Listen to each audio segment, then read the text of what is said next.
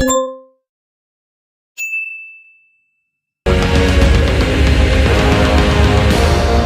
Video में बात होगी आजकल के दिनों में पाकिस्तान में फैल जाने वाली स्मोक के हवाले से।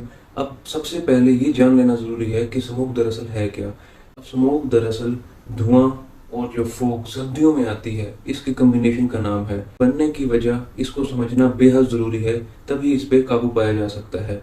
स्मोक अक्टूबर के स्टार्ट से लेकर जनवरी के एंड तक रहती है।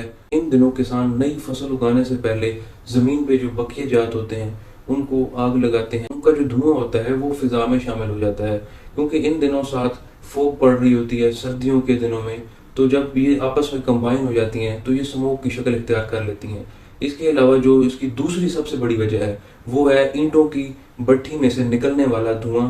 वो भी हवा में जाके, एयर में जाके सस्पेंड हो जाता है। जो फोग होती है उसके साथ वो भी कंबाइन होने लग जाता है। अब इनके अंदर सल्फर डाइऑक्साइड बहुत ज़्यादा मिकदार में पाया जाता है। इसके अलावा और भी मुख्तलिफ अकसाम की टॉक्सिक गैसेज होती है, कार्बन मोनोऑक्साइड होती है। अब इनके साथ जो ऑटोमोबाइल्स व्हीकल्स का धुआं होता है वो भी शामिल होने लग जाता है। तो जितने भी इस तरह के एयर पोल्यूटेंट्स हैं वो कंबाइंड फॉर्म में आ जाते हैं। तो इसकी वजह से एक खतरनाक किस्म का इन्वायरमेंट बन जाता है और ये सब मिलकर स्मोक की शक्ल इख्तियार कर लेते हैं। अब ये इंसानी जिंदगी के साथ साथ जितने भी जानदार हैं सबके लिए ये टॉक्सिक है, सबको ये नुकसान पहुंचा रही होती है। इससे बचना बेहद ज़रूरी है, क्योंकि इसकी वजह से आपकी आंखें मुतासर होंगी, आंखों में ज़्यादा चुभन रहेगी, आंखों में सोजिश हो जाएगी, आंखें सुर्ख हो जाएंगी, आंखों में से पानी आना शुरू हो जाएगा, वाटर डिस्चार्ज शुरू हो जाएगा और इसकी वजह से आपकी नज़र भी मुतासर हो सकती है। ये पोल्यूशन छाती को भी बहुत ज़्यादा मुतासर कर रहा होता है। जैसे जैसे ये पोल्यूटेंट एयर आप अपनी बॉडी में दाखिल करेंगे, इसको इनहेल करेंगे, इस एनवायरनमेंट में जब आप सांस लेंगे तो सबसे पहले आपका नाक मुतासर होगा। जो नाक का अंदरूनी हिस्सा होगा इसकी वजह से वो सोजिश का शिकार हो जाएगा, वहाँ पे जख्म बनने लग जाएंगे, आपके नाक में से पानी आने लग जाएगा, छींकें आना शुरू हो जाएंगी, स्नीजिंग स्टार्ट हो जाएगी। इसके बाद गले को भी ये मुतासर कर रहा होता है और एट द एंड इससे छाती भी बहुत ज़्यादा मुतासर हो रही होती है। इसकी वजह से ब्रोंकाइटिस हो सकता है, फेफड़े इसकी वजह से सोजिश का शिकार हो जाएंगे, ब्लड में ऑक्सीजन पहुंचाने की जो कैपेसिटी होगी इनकी वो मुतासर होने लग जाएगी, शॉर्टनेस ऑफ ब्रेथ जैसे प्रॉब्लम भी देखने को मिलते हैं। की वजह से वैसे तो हर एज ग्रुप इफेक्ट हो रहा होता है, लेकिन बड़ी तादाद बच्चों की और बुजुर्गों की है, क्योंकि बच्चों के अंदर इम्यून सिस्टम इस हद तक डेवलप नहीं हुआ होता कि इस तरह के जो इफेक्ट्स आ रहे होते हैं बॉडी पे उनको वो अच्छे से टैकल कर सके।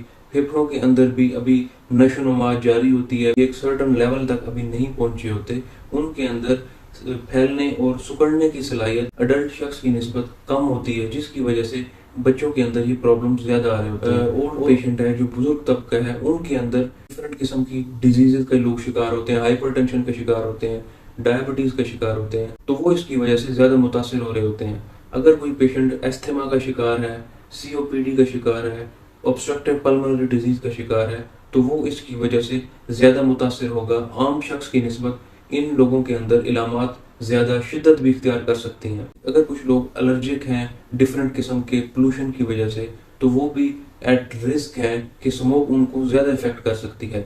तो ऐसे पेशेंट जो पहले किसी डिजीज का शिकार हैं, तो वो इन दिनों किसी किस्म का अपने ट्रीटमेंट के अंदर अपनी तरफ से कोई तब्दीली ना करें। जिस फिजिशियन के साथ उनका ट्रीटमेंट चल रहा था उससे वो जरूर कंसल्ट करें और जो इलामात उनके अंदर अपीयर हुई हैं उसके हवाले से वो जरूर डिस्कस करें। ऐसे पेशेंट अगर जो इनहेलर यूज कर रहे थे तो वो अपने पास रखें, क्योंकि इस तरह की इलामात आए तो वो शिद्दत इख्तियार कर सकती हैं। तो वो बर वक्त अपनी मेडिसिन को यूज करें ताकि मजीद प्रॉब्लम से वो बच सकें। अगर बर वक्त ट्रीटमेंट स्टार्ट ना किया जाए तो एस्थमा का जो अटैक है वो ज्यादा हो सकता है, एग्जर्बेशन हो सकती है एस्थमा की, सीओपीडी की। इसके अलावा जो प्रेग्नेंट फीमेल्स हैं वो भी ज्यादा रिस्क का शिकार हैं, तो उन पे ज्यादा इफेक्ट आते हैं। बच्चा भी इसकी वजह से ज्यादा इफेक्ट हो सकता है। ये देखा गया है कि इस तरह के बच्चों के अंदर पैदाइश के बाद एस्थमा और इस तरह का हाइपर सेंसिटिविटी रिएक्शंस के चांसेस ज्यादा हैं। इससे बचाव बेहद आसान है।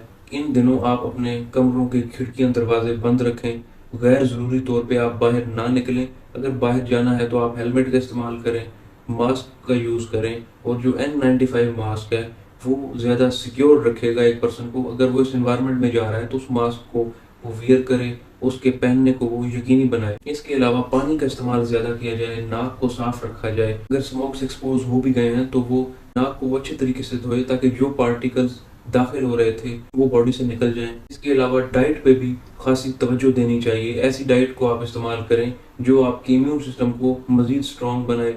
विटामिन रिच डाइट यूज़ करें, सिट्रस फ्रूट्स का यूज़ करें, ग्रीन लीफी वेजिटेबल्स का इस्तेमाल ज़्यादा करें, कैबेज, ब्रोकली, इस तरह के जो आइटम्स हैं उनका आप इस्तेमाल ज़्यादा करें। वो उस फूड का इंटेक बढ़ा दें जिनके अंदर एंटीऑक्सीडेंट प्रॉपर्टीज़ पाई जाती हैं। आप ड्राई फ्रूट्स का इस्तेमाल भी ज़्यादा कर दें, एग्स का इस्तेमाल ज़्यादा करें। प्रोटीनिशियस डाइट को आप अपने रूटीन का हिस्सा बना लें। कीटोजेनिक डाइट के ऑप्शन को आप ज़रूर कंसिडर करें। ऐसी डाइट से आप इज्तनाब करें जो आपकी बॉडी में इंसुलिन रेजिस्टेंस की वजह बन रही थी। आप कम्प्लेक्स कार्ब्स को ऐड करें और सिंपल कार्ब से आप अवॉइड करें। एक्सरसाइज की हैबिट बनाएं ताकि बॉडी में ब्लड फ्लो बेहतर हो सके, ब्लड सर्कुलेशन बेहतर हो सके।